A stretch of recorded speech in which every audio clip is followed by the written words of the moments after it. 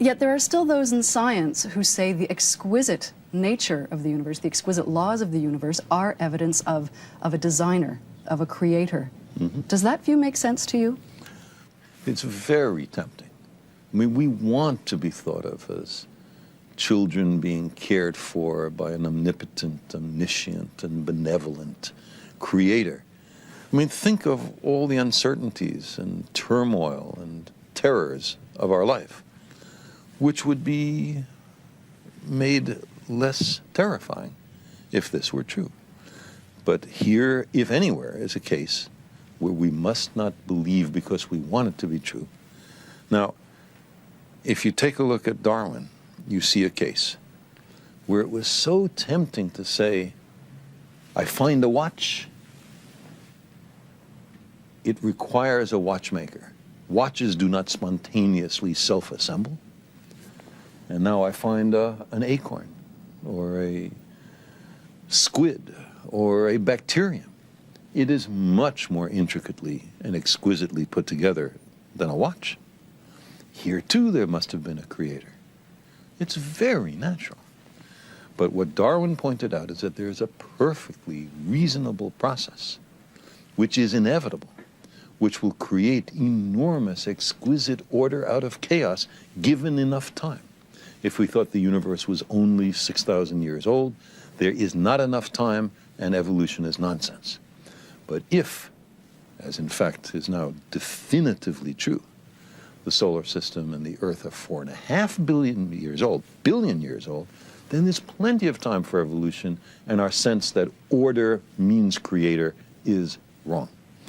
Finally, you can say, look, you can go back as far as you want, but somehow the stuff of the universe had to come from somewhere, and isn't that what God did?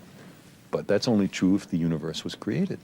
If the universe was always here, if the universe was infinitely old, then there's nothing for a creator to do.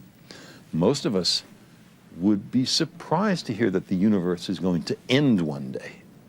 We expect the universe to go on forever, into the future. Why do we have the idea that it doesn't go on forever into the past? I'm not saying I know the answer to this. This is one of the deepest questions. We do not know the answer. We simply have to keep an open mind. All of us, philosophers, scientists, religious people, no one, in fact, knows. You make the argument. If the general picture, however, of a Big Bang followed by an expanding universe is correct, what happened before that? Was the universe devoid of all matter, and then the matter suddenly, somehow created? How did that happen? In many cultures, the customary answer is that a god or gods created the universe out of nothing. But if we wish to pursue this question courageously, we must, of course, ask the next question. Where did God come from? If we decide that this is an unanswerable question, why not save a step and conclude that the origin of the universe is an unanswerable question? Or, if we say that God always existed, why not save a step and conclude that the universe always existed, that there's no need for a creation, it was always here? These are not easy questions. Cosmology brings us face to face with the deepest mysteries, with questions that were once treated only in religion and myth. Let's look a little more deeply into that. What is faith? It is belief in the absence of evidence. Now, I don't propose to tell anybody what to believe, but for me, believing when there's no compelling evidence is a mistake.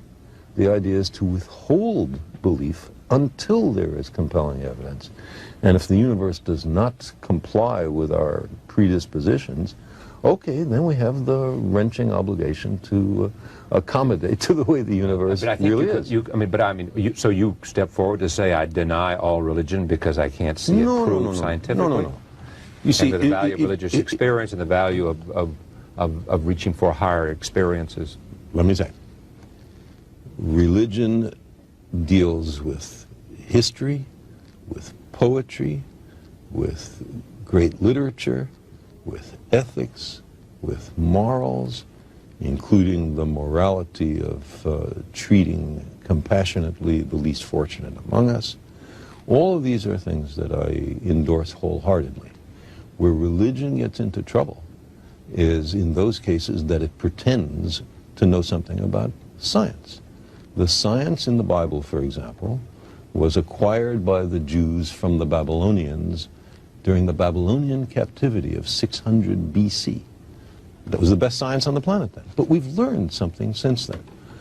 Roman Catholicism, Reformed Judaism, most of the mainstream Protestant denominations have no difficulty with the idea that humans have evolved from other creatures, that the Earth is 4.6 billion years old, with the Big Bang. They don't have any trouble with that. The trouble comes with people who are biblical literalists, who believe that the Bible is dictated by the creator of the universe to an unerring stenographer. And so therefore they... And has no metaphor or allegory. And from there they make their political and economic choices, and social choices. And scientific. And scientific choices. And scientific. And that's part of your problem with that idea. Exactly. It is that because for the wrong reasons we make the wrong choices about science. That's right. So who is more humble?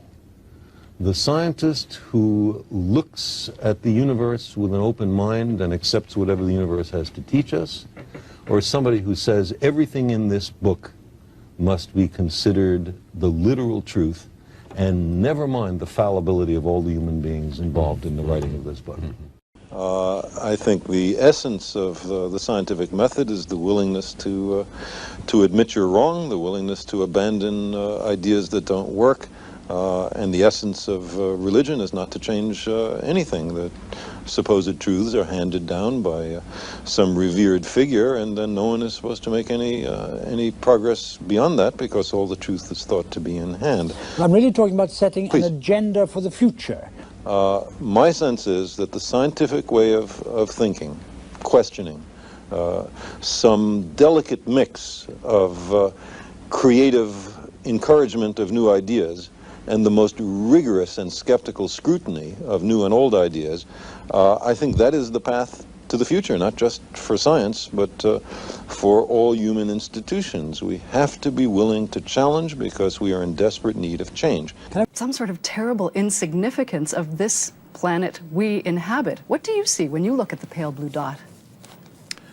Well, it is true that some people are disappointed that the Earth has such a comparatively insignificant role in the universe. But my view is, first of all, it's not our job to impose our wishes or fears on the universe. Our job is to understand what the universe is really like. There is something very humbling about that picture we've just seen, though, isn't there? I mean, does it strike you that way? Certainly. I mean, here we are like mites on a plum. And the plum is this little planet, and it goes around an insignificant local star, the sun. And that star is on the obscure outskirts of an ordinary galaxy, the Milky Way, which contains 400 billion other stars. And this galaxy is just one of something like 100 billion other galaxies that make up the universe. And it is now beginning to look, this universe is one of an enormous number, maybe even an infinite number, of other closed-off universes. So the idea that we are central, that we are the reason there is a universe, is pathetic. We have to simply come to grips with the real universe that we really live in. And if some of our myth and some of our religion is inconsistent with it, it's time to change the myth and the religion. You call them the great demotions, all of these thoughts which we have so cherished. Well, guess what? The universe doesn't revolve around the Earth, and guess what? The Earth isn't the only world out there. Are we still clinging to any conceits such as those which led to the great demotions over the past few centuries? Well, you would think we should be over it, but we still are battling at least in the United States, the conceit that humans are separate from the rest of nature, that an unbridgeable gap separates humans from the other plants and animals, that we are the particular beneficiaries of the concern of the creator of the universe more than any of the 10 million other species of plants and animals on the earth, when in fact all of our vaunted uniqueness turns out to be shared with other animals, especially with chimpanzees, our closest relatives, with whom we share 99.6% of our hereditary material. Another area in which the demotion is being fought is the idea that there are no other planets beyond those in our own solar system. But in the last 15 years, the most marvelous set of findings has occurred, in which it now appears that planets are an ordinary, probably inevitable accompaniment of star formation, and that almost every young star like the Sun, in the early stages of formation, is surrounded by this flat disk of gas and dust out of which the planets were formed. And we now have the first bona fide real planetary system around a very unlikely object, a particular pulsar called 1257 plus 12. And the technology is just about to reach out and find whatever planetary systems there are nearby. And the third one is the idea that even if there are an enormous number of planets, only ours has life and intelligence. And there, the story is open. We send spacecraft to other planets, like Mars, to see if there are any simple forms of life. Excuse me. We use radio telescopes to see if messages are being sent to us by civilizations on planets of other stars.